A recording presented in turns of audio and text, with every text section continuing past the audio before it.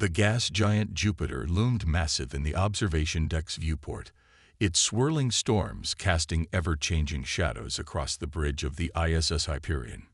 Captain Isabella Rodriguez watched the distant dance of Europa against the planet's surface, her dark eyes reflecting the pale light of the distant sun. 20 years of deep space operations had taught her to trust the silence of space, but today that silence felt wrong. "Captain, we're picking up unusual quantum fluctuations from the Lagrange point," Lieutenant Rashid Kumar reported from his science station, his fingers dancing across holographic displays. "The signature doesn't match anything in our database." Isabella straightened, her hand unconsciously touching the worn captain's insignia on her collar. The Hyperion, humanity's most advanced deep space vessel, had been mapping gravitational anomalies in Jupiter's orbit for the past 3 months. Finding something new wasn't unusual. Finding something that defied classification was. "Full sensor sweep, Lieutenant. I want everything we can get on that signature." She turned to her tactical officer. "Commander Natasha Petrov, bring us to yellow alert. Something about this doesn't feel right." The bridge crew responded with practiced efficiency, the product of countless drills and real-world operations. The Hyperion's quantum engines hummed quietly as they adjusted position, bringing their primary sensor array to bear on the anomaly.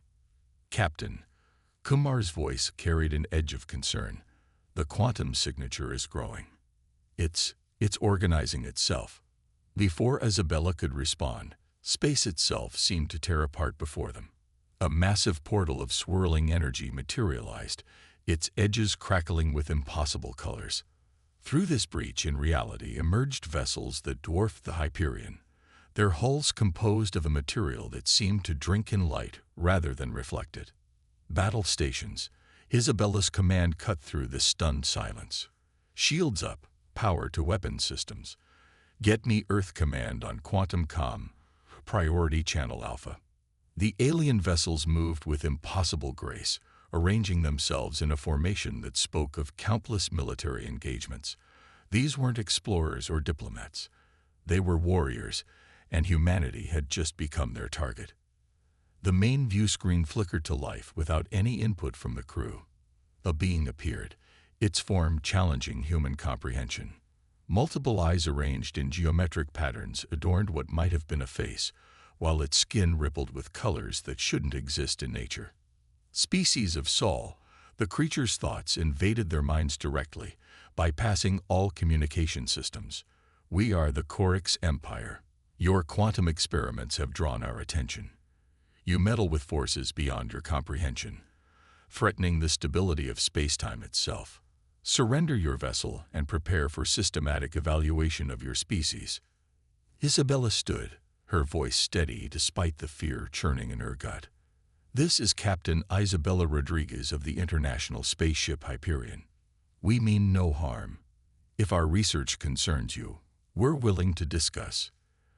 Discussion is irrelevant. The alien commander's mental voice sliced through her words. "Your species' potential for destruction is too great. The Council has decided." The first shot came without warning. Not energy or matter, but a beam of pure nothingness that cut through space itself. The Hyperion's shields, designed to withstand the most extreme natural phenomena known to humanity, shattered instantly. "Hull breach on decks 3 through 6. Commander Petrov shouted. "Our weapons are having no effect. They're being absorbed completely." Isabella's mind raced. They were outgunned and outmatched, but humanity hadn't survived ice ages, plagues, and their own destructive tendencies just to be eliminated without a fight. "Kumar, those quantum experiments they mentioned. Could we weaponize the research? Use it against them?" The science officer's eyes widened with understanding. "The quantum resonance drive. Yes. We could create a cascade effect. But, Captain, it would mean sacrificing the ship." "Better than sacrificing Earth," Isabella finished. "Begin the sequence, and get me a channel to Earth Command. They need to know what we've learned here." As the alien vessels moved to surround them, Isabella opened a broadcast channel. "Earth Command, This is Captain Rodriguez. We've encountered a hostile alien force. Advanced, powerful, and intent on our extinction. But we've found their weakness. They fear our quantum technology. Everything we know about them is in this transmission. Don't let our sacrifice be in vain. Humanity must survive. Hyperion out. She turned to her crew, pride swelling in her chest at their unwavering dedication. It's been an honor serving with you all. Lieutenant Kumar, on my mark. The alien ships drew closer, their weapons charging for a killing blow. Isabella allowed herself a grim smile. These beings thought humanity was dangerous. They had no idea. Mark. The Hyperion's quantum resonance drive detonated, creating a chain reaction that rippled through spacetime itself. The resulting quantum shockwave engulfed both the Hyperion and the nearest alien vessels. In the explosion's aftermath, Earth's long-range sensors detected something extraordinary. The alien ships' seemingly invincible hulls had been transformed into ordinary matter, their advanced technology rendered useless by the quantum cascade. The remaining Corix vessels retreated through their dimensional portals, but they carried with them a message that would echo through the cosmos. Humanity was not to be underestimated. As the light from the explosion reached Earth hours later, it marked not the end, but the beginning. Humanity had been tested in fire, and though the price had been steep, they had proven themselves worthy of the stars. The war for survival had begun, and Earth would never be the same. 48 hours after the Hyperion's final transmission, the Global Defense Council's underground facility in Geneva hummed with desperate activity. Dr. Marcus Okonjo stood before a wall of holographic displays, his tired eyes reflecting cascading streams of quantum data from the Hyperion's last moments. Behind him, representatives from every major spacefaring nation argued about humanity's next move. The Hyperion sacrifice bought us time, nothing more, Admiral Weizong declared, his weathered face grave as he addressed the council. Our long-range sensors detect multiple quantum disturbances forming at the edge of the solar system. The Corix will return, and in greater numbers. Marcus tuned out the ensuing debate, focusing instead on the patterns hidden within the Hyperion's final transmission. Captain Rodriguez and her crew hadn't just died. They'd given Earth a weapon. The quantum cascade effect that had transformed the alien ship's impossible matter into normal spacetime had revealed something profound about the nature of Corix technology. Dr. Okonjo, Admiral Zhang's voice cut through his concentration. You've been studying the Hyperion data. What have you found? Marcus straightened, his Nigerian accent thick with exhaustion, but his voice clear. The Corix ships exist partially outside our dimension. That's why conventional weapons couldn't harm them. But Captain Rodriguez's desperate gambit proved they have a weakness. Their dimensional technology requires absolute quantum stability to function. He gestured to the complex equations floating before him. The Hyperion's quantum resonance drive didn't just explode. It created a localized field of quantum instability that forced their ships fully into our dimension. We can replicate this effect, but we'll need something far more powerful than a single ship's drive. How much time do we need? The question came from General Yuki Tanaka of the Pan-Asian Space Force, her expression intense. Marcus met her gaze steadily. With every quantum physicist on Earth working together, 3 weeks minimum. But our sensors suggest we have less than 2. Then we'll do it in 10 days, came a new voice. Dr. Valentina Petrova, Russia's leading expert in quantum mechanics, stepped forward. Because we must. The next 10 days witnessed the greatest collaborative effort in human history. National borders became meaningless as scientists, engineers, and military personnel worked around the clock. Marcus led a team of brilliant minds, including Dr. Petrova, Dr. James Henderson from Britain, and Dr. Aisha Patel from India, each contributing crucial insights to the project they dubbed Operation Quantum Shield. In orbital shipyards, engineers modified Earth's combined fleet of 300 vessels with experimental quantum resonance generators. On the ground, a global network of quantum amplifiers was constructed, designed to create a planetary defense field that could destabilize Coric's technology. But it was Dr. Patel who made the breakthrough that would change everything. The sun, she announced during one of their exhausted planning sessions. We've been thinking too small. Our star is the largest quantum reactor in the solar system. Marcus's eyes widened as he grasped the implications. If we could harness even a fraction of the sun's quantum fluctuations, we could create a quantum disturbance large enough to affect the entire inner solar system. Valentina finished, excitement breaking through her professional demeanor. The modified plan was audacious to the point of insanity. They would position Earth's fleet in a precise formation around the sun, using their ship's quantum resonance generators to create a vast web of quantum instability. When the Corics arrived, they would find not a cowering primitive species, but a trap laid with their own sun as bait. On the 9th day, as humanity's combined fleet moved into position, long-range sensors detected what they'd been dreading. Massive quantum disturbances forming near Saturn's orbit. The Corics had returned with a fleet 10 times the size of their first assault. In the Geneva facility, Marcus stood with the other architects of humanity's defense, watching as countless alien vessels emerged from their dimensional portals. The Coric ships were even more impressive in number, their light-drinking hulls forming patterns that spoke of absolute confidence in their superiority. "They still think we're primitive," Admiral Zhang observed. "They expect us to defend Earth directly."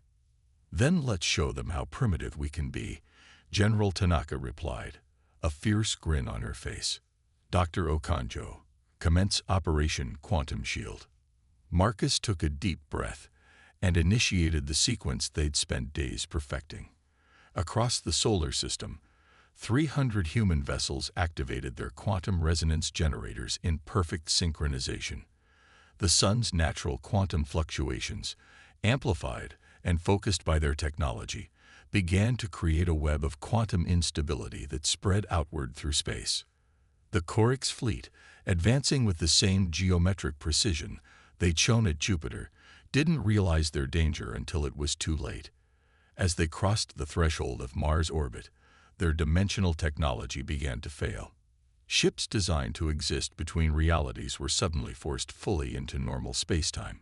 The first shots of humanity's counterattack were about to be fired, and Earth's fleet was ready. The battle for survival had entered its second phase, and this time, humanity wouldn't be caught unprepared. Would you like me to continue with Part 3, focusing on Operation Solar Shield and the actual battle?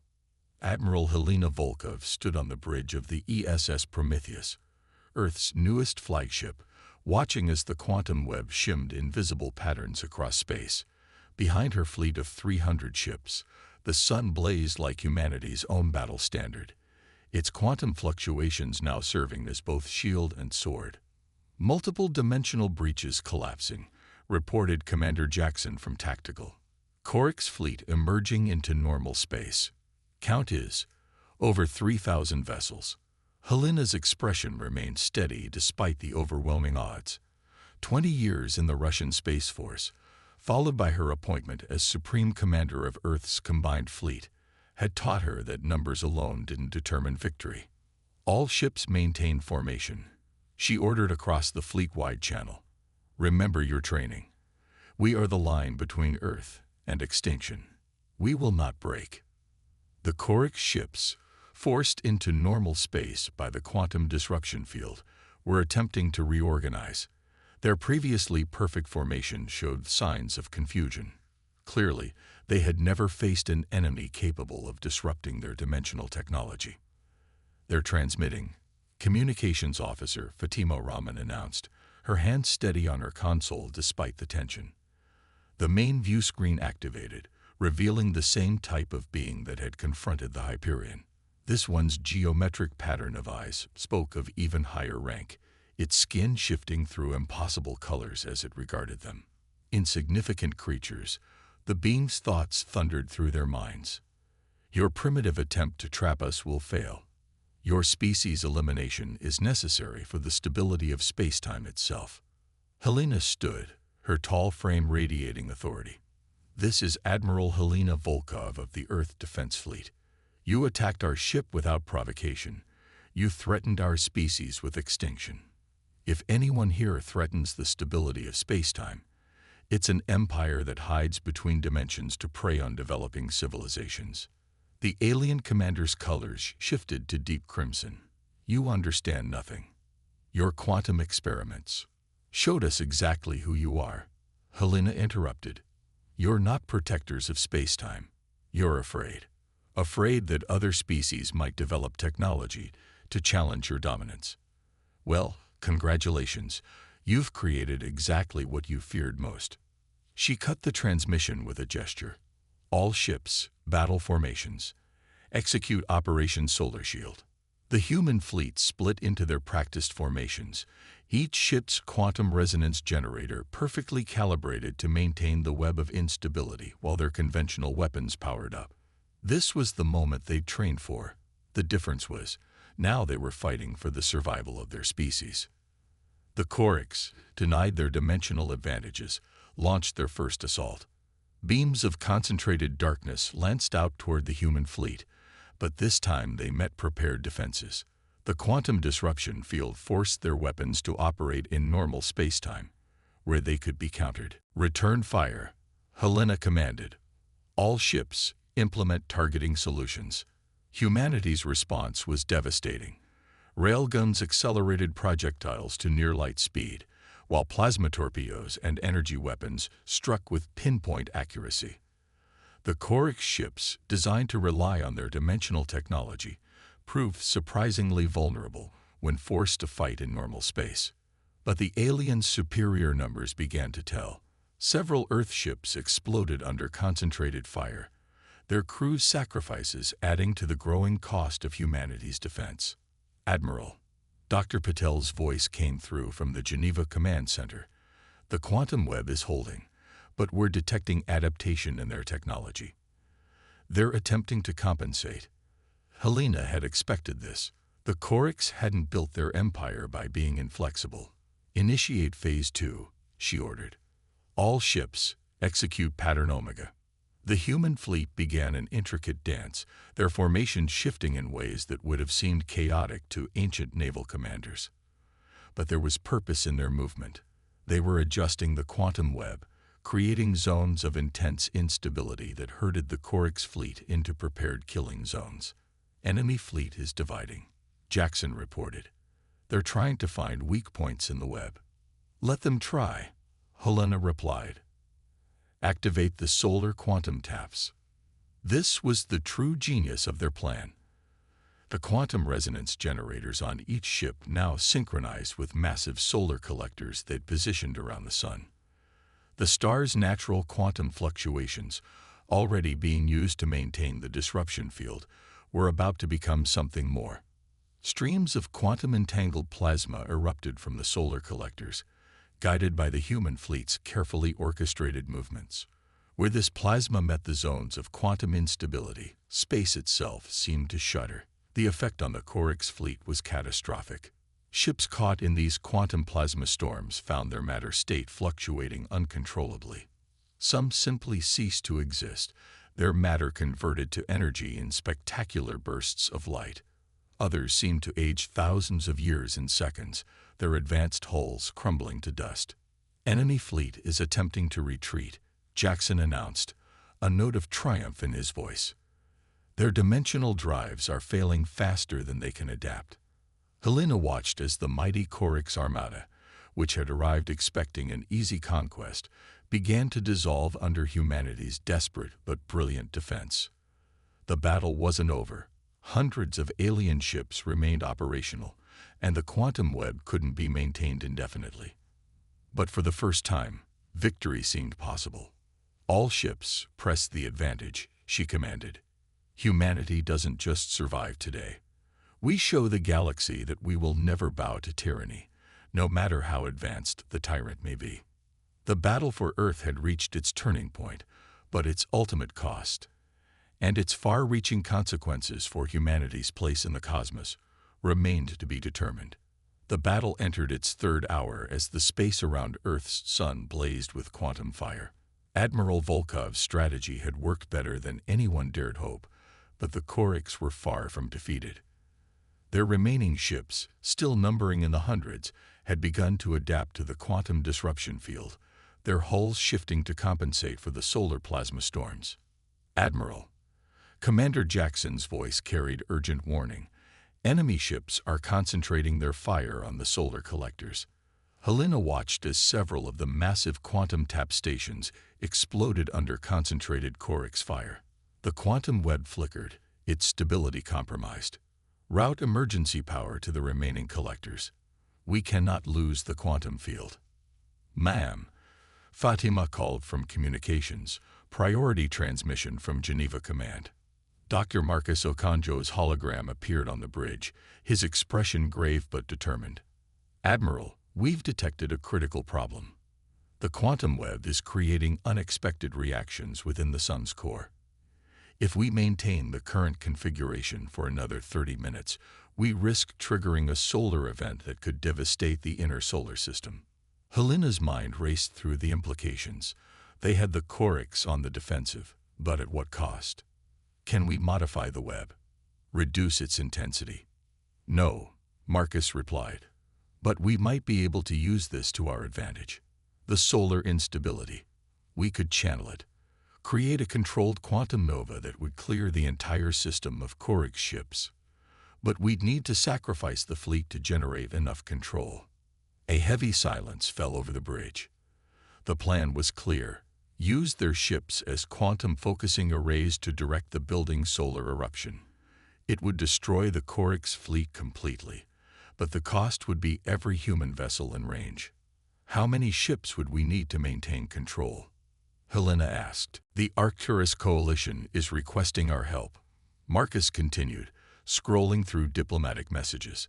"Apparently, several former Korik's vassal states are attempting to fill the power vacuum.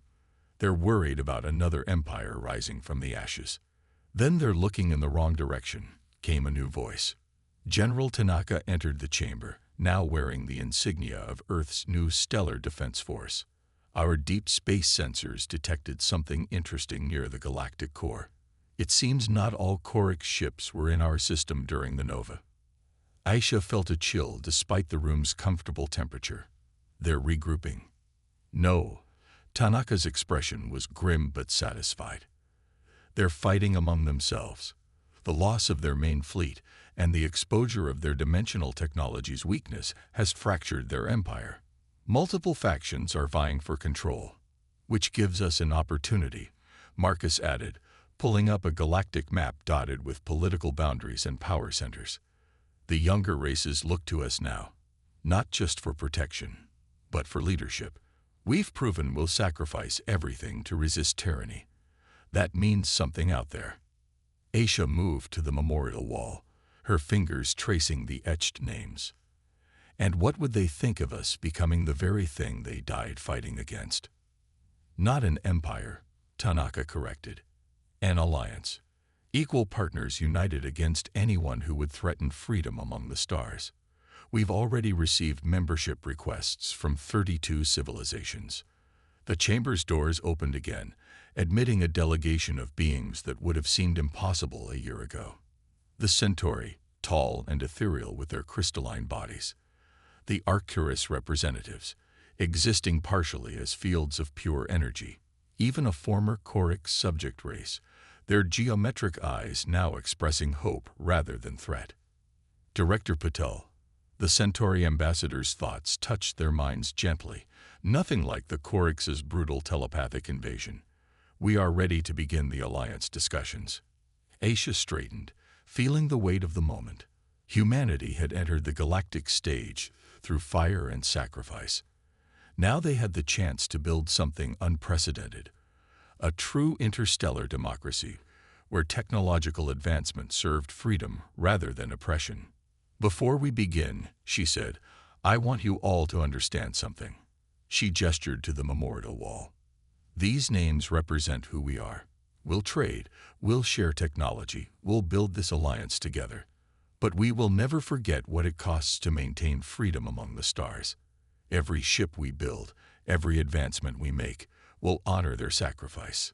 The alien delegates moved to examine the wall, their various forms of expression showing understanding and respect. They had all lost people to the Korix. They all understood the price of liberty. In orbit above them, Earth's new defense fleet took shape. Ships incorporating technology from a dozen worlds, but at their heart still running on the quantum principles that had saved humanity. Each vessel bore the names of those lost in the Hyperion and the combined fleet, ensuring their legacy would travel to the stars. Humanity had not merely survived first contact, they had emerged as leaders in a new galactic age. The road ahead would hold countless challenges, but they would face them as they had faced the Korix, with courage, innovation, and an unwavering commitment to protecting the freedom of all sentient beings. As the Alliance discussions began, Aisha looked once more at the memorial wall. Somewhere out there, the remains of the combined fleet still orbited the sun they had died protecting. Their sacrifice had not just saved Earth, it had given humanity its destiny among the stars. The story of humanity's first steps into the galactic community had begun in fire and desperation, but it would continue in hope, determination, and the unshakable belief that together, the species of the galaxy could build something greater than any empire. The end of the Korix threat had marked not just humanity's survival, but the dawn of a new era. The stars themselves seemed brighter now, beckoning not with threat, but with promise. This marks the conclusion of our 5-part saga. Would you like me to create the promised SEO-optimized title and description for your YouTube video, along with AI image prompts for key scenes?